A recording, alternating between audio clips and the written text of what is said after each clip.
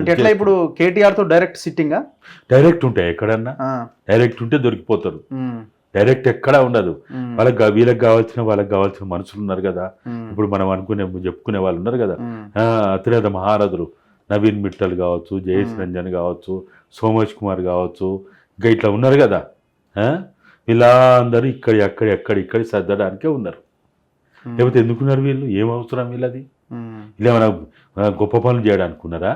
ఇప్పుడు నవీన్ మిట్టల్ ఎందుకు కంటిన్యూ చేస్తున్నట్టు అంటే విచిత్రంగా ఉన్నది ఇది. నవీన్ మిట్టల్ ఒక ఐఏఎస్ ఆఫీసర్గా ఇక్కడ అమీన్పూర్ దగ్గర ఆయన భార్య పేరు మీద 6.5 ఎకరాలు ఉంది. ఎకరం దాదాపు 6, 7, 10 కోట్ల దాకా పలుకుతుంది ధర.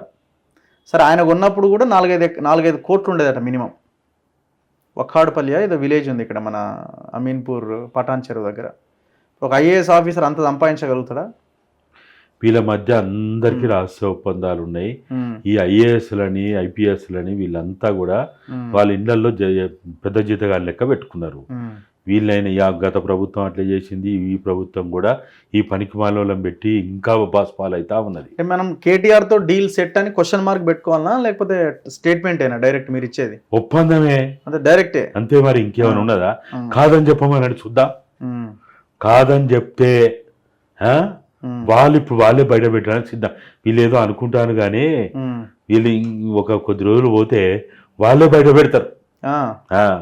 ఎక్కడెక్కడ జరిగినాయి, ఏ ఫామ్ హౌస్లో జరిగినాయి, ఎక్కడెక్కడ చీకటి ఒప్పందాలని కలిసిన వాళ్ళు ఎవరు, మాట్లాడిన వాళ్ళు ఎవరు, మార్పిడి ఎట్లా జరిగినాయి, ఏ కాగితాలు ఎట్లా మార్పిడి జరిగినాయి, ఏ భూములు ఎట్లా మార్పిడి జరిగింది, అన్నీ వాళ్ళే చెప్తారు. అందుకనే మీరు అనవసరంగా కాళేశ్వరంలో ఏమో జరుగుతుంది, ఇక్కరు దందాలు ఏమో జరుగుతుంది అని మీరు అరిచి మీ నోరు బొగ్గా ఆఖరికి మనలాంటి వాళ్ళు పిచ్చాసుపత్రి పాలవుతాం. కదా మరి పిచ్చాసుపత్రికి పోయినా తప్పదుగా కూడా అర్థం కావచ్చు, కానీ ఏం లాభం? మాట్లాడాల్సిందే. మరి ఏం చేస్తాం? మరి ఆప్షన్ ఏంది? ఆప్షన్ ఒక్కటే ఆప్షన్.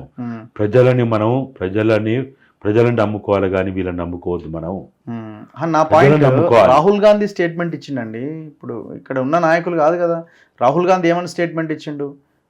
మీ భూములను కేసీఆర్ కుటుంబం మింగేసారు, ఈ అధికారులు వీళ్ళందరూ కలిసి ఆ భూములు బయటకి తీసి పేద ప్రజలకు పంచుతామన్నారు.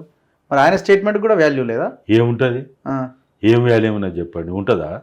ఇక ప్రభుత్వం ఉంది, ఏం చేస్తారు వాళ్ళు? ఇప్పుడు ఆయన కాలు బల్పం కట్టుకుని నెత్తి నోయంగా ఈ బీజేపీ వ్యతిరేకంగా, ఆర్ఎస్ఎస్ వ్యతిరేకంగా, మనవాదానికి వ్యతిరేకంగా ఆయన ఏదో పిచ్చోని లెక్క తిరుగుతున్నాడు. ఏం చేస్తాడు ఆయన? ఆయన చెప్తే ఇప్పుడు ఈయన పరిస్థితి కూడా ఉన్నదా? ఏదో చెప్తారు వీళ్ళు, అది అంటారు, ఇది అంటారు, అది అంటారు, ఏదో చెప్తారు కారణాలు. లేకపోతే రేపు చెయ్యమని చెప్పరు, చెయ్యమని ఎప్పుడు చెప్పరు. ఓకే, టాప్ ప్రయారిటీలు అది లేదు, మనకి 6 గ్యారెంటీలు, మన్ను మచానం, ఇది అది ఏవేవో చెప్తారు. ఇక వాళ్ళు చేయనంటే వాళ్ళు ఏమన్నా ఒత్తిడి చేసేది. కాబట్టి ఎప్పటికప్పుడు పోస్ట్పోన్ చేసుకుంటా పోతారు. ఇప్పుడు ఈ సైలెన్స్ వెనకాల డీలే అంటారు 100%. ఖచ్చితంగా అంతే. దీంట్లో వేరే అనుమాన పడాల్సిన అవసరం లేదు. ఎవ్వరు జైలుకు పోరు, చెర్లపల్లి పోరు, చెంచలగూడ పోరు, లేకపోతే చిప్పకూడు లేదు, కటకటాలు లేవు. ఈ పదాలు మీరు మర్చిపోండి. డీల్ సెట్ అంతే. తమ్నేల్ కూడా ఇదే అంతే, కేటీఆర్ తో డీల్ సెట్ అంతే. కాబట్టి తెలిసింది ఇన్ఫర్మేషన్ మీకు గత 10-15 రోజుల నుంచి మాకు అర్థమైతేనే ఉన్నది, తెలుస్తూనే ఉన్నది, చెప్తూనే ఉన్నారు.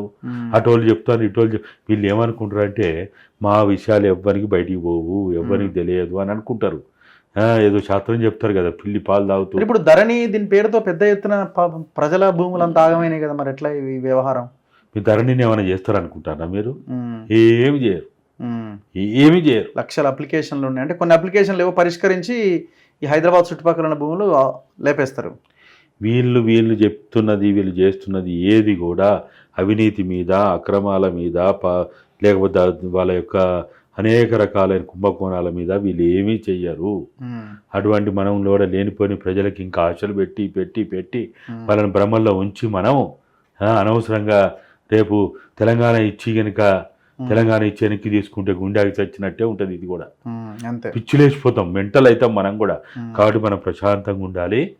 ఇది చాలా రొటీన్ అనుకోవాలి, చాలా వాళ్ళ మధ్య ఉన్నటువంటి స్నేహబంధం అనుకోవాలి. నేను అందుకనే పదే చెప్తున్నా, పాలకులు ఎవడైనా, వాడు ఏ పార్టీ అయినా, వాళ్ళు పులులే అంతే. అడవిలో పులికున్నంత క్రూరత్వం దేనికి ఉండదు, ఏ జంతువుకు ఉండదు. పులి స్వభావం చాలామంది ఏమనుకుంటారంటే పులి ఆకలితోటి వేట చేస్తుంది అనుకుంటారు. కాదు, ఒక్క పులి మాత్రమే ఆకలితో పాటు ఆనందం కోసం వేట చేస్తుంది. పాలకులు కూడా వీళ్ళకి ఆకలి ఏమున్నది ఆడ, వీళ్ళకి ఆకలి కాదు, ఆకలి తీరక కాదు, కావాల్సినంత సంపాదించుకోను కానీ వాళ్ళ శాడిజం, వాళ్ళ ఇగో, వాళ్ళ ఆనందం కోసం వాళ్ళు ఇటువంటి వెధవ పనులు చేస్తూ ఉంటారు, మూర్ఖ పనులు చేస్తూ ఉంటారు. వాళ్ళు ఎంత నీచానికైనా దారితీస్తారు. పాలకుల స్వభావం అది. ఈ పార్టీ ఆ పార్టీ, ఆ నాయకుడు ఈ నాయకుడు అని కాదు. వాళ్ళు ఎవడైనా కానీ వాళ్ళు అదే పులుల స్వభావమే ఉంటుంది. నువ్వు ఈ అడవిలో ఏ జంతువునని తీసుకోండి, ఓకే, కనీసం కొద్దిగా మానవత్వం ఉంటుంది. అది ఆకలైన కాడికి తింటుంది, వేటాడుతుంది. వేరే మాత్రం తోడేళ్ళు ఉన్నాయి అనుకో, ఆకలైన కాడికే వేటాడుతాయి, తింటుంది, వెళ్ళిపోతుంది. పులి మాత్రం అట్లా కాదు. ఈవెన్ సింహం కూడా ఆ పని చేయదు. పులి మాత్రం చాలా డేంజర్ స్వభావం అది. కాబట్టి వీళ్ళ స్వభావం కూడా అటువంటిది. కాబట్టి వీళ్ళ మధ్య సహస్య ఒప్పందాలు ఉంటాయి. వాళ్ళు చేసే పనులన్నీ కూడా అటువంటివి చేస్తారు. కాబట్టి మనలాంటి వాళ్ళం ఇంకా అమాయకంగా ప్రజల్ని వీళ్ళని నమ్మి ప్రజల్ని నమ్మించొద్దు. 2014లో అదే చేసినాం మనం.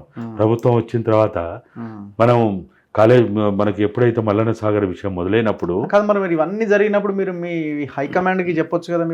మీరు ఎలక్షన్స్కి ముందు వాళ్ళతో ప్రతిరోజు టచ్లో ఉన్నారు కదా. ఇప్పుడు కూడా నాకు తెలిసి మాట్లాడుతుంటారు కదా వీళ్ళు.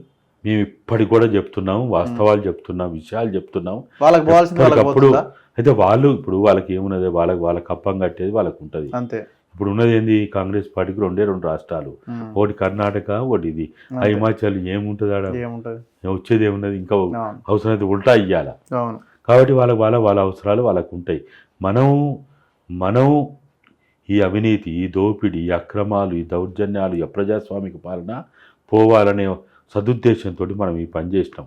వీళ్ళేదో గొప్ప వాళ్ళని చేయలేదు. ఓకే, కనీసం నష్ట నివారణ ఆపగలిగినాం. మూడోసారి కనుక కేసీఆర్ వచ్చుంటే కేటీఆర్ అసలు ఇంకా ఆయనకు అరాచకత్వానికి అదొకటే పాజిటివ్ పాయింట్. ఇప్పుడు నష్ట నివారణ ఆపుతున్నాం ఇప్పుడు, అంతే. ఇంకా ఇది కంటిన్యూ కాకుండా ఆపగలుగుతున్నాం. ఉన్నది పోయింది, మళ్ళీ తిరిగి వచ్చే అవకాశం లేదు, అస్సలు లేదు. కొత్తది కాకుండా కొంత ఆపగలుగుతున్నాం. నష్ట నివారణని ఆపడంలో భాగంగానే మనం సక్సెస్ అయినాం. అంతే. నష్ట నివారణని నిర్మూలించుకోలేము, నష్ట నివారణని మనం భవిష్యత్తులో జరగకుండా రాలేము. భవిష్యత్తులో ఇప్పుడు ఏమైతుంది, 2 సార్లు గెలిచినోడు 3వసారి గెలవంగానే వాడు ఇంకా అసలు అడ్డు లేకుండా అవుతాడు. మొదటిసారి 2వసారి వచ్చినప్పుడే అడ్డు లేకుండా అయిపోయింది. 3వసారి వచ్చిన తర్వాత ఈ ఆపేటోడు ఎవడు అసలు, అంతే. ఆపగలుగుతామా? వాడికి కూడా క్లారిటీ ఉంటుంది, ఇంకా మళ్ళీ నెక్స్ట్ కస్టమర్ అని ఆయన ఈసారి ఏమున్నా చేసుకుని అవతల పడాలని. మనం ఏం చేసినా గెలిచినాం కాబట్టి ఇక మనం ఏమైనా చేయొచ్చు అంతే అనే ఒక రకమైనటువంటి అహంభావం, నిర్లక్ష్యం వస్తుంది. కాబట్టి దాని నుంచి నివారించడానికి మాత్రమే, దాన్ని కట్టడి చేయడానికి మాత్రమే, దాన్ని ఫుల్ స్టాప్ పెట్టడానికి మాత్రమే మనం ఈ పని చేసినాం. కానీ ఇదేదో చాలా గొప్పది, చాలా ప్రజలకు ఏదో జరుగుతుంది అనేది ఆ భ్రమలు మనకు ఎప్పుడు లేవు. Okay, right sir, thank you very much. కొత్త విషయం చెప్పారు. కేటీఆర్తో డీల్ సెట్ అయిపోయింది. ఇది క్వశ్చన్ మార్క్ కాదు, ఇది స్టేట్మెంట్. ఇది జరిగిపోయింది. 10-15 రోజుల నుంచి వ్యవహారం నడుస్తున్నదని గాద ఎన్నయ్య గారు కొన్ని సంచలన వ్యాఖ్యలు చేశారు. అవసరమైతే ఎక్కడెక్కడ మీట్ అయిన ఆధారాలు కూడా బయట పెడతామంటున్నారు. చూస్తూనే ఉండండి మన తొలి వెలుగు.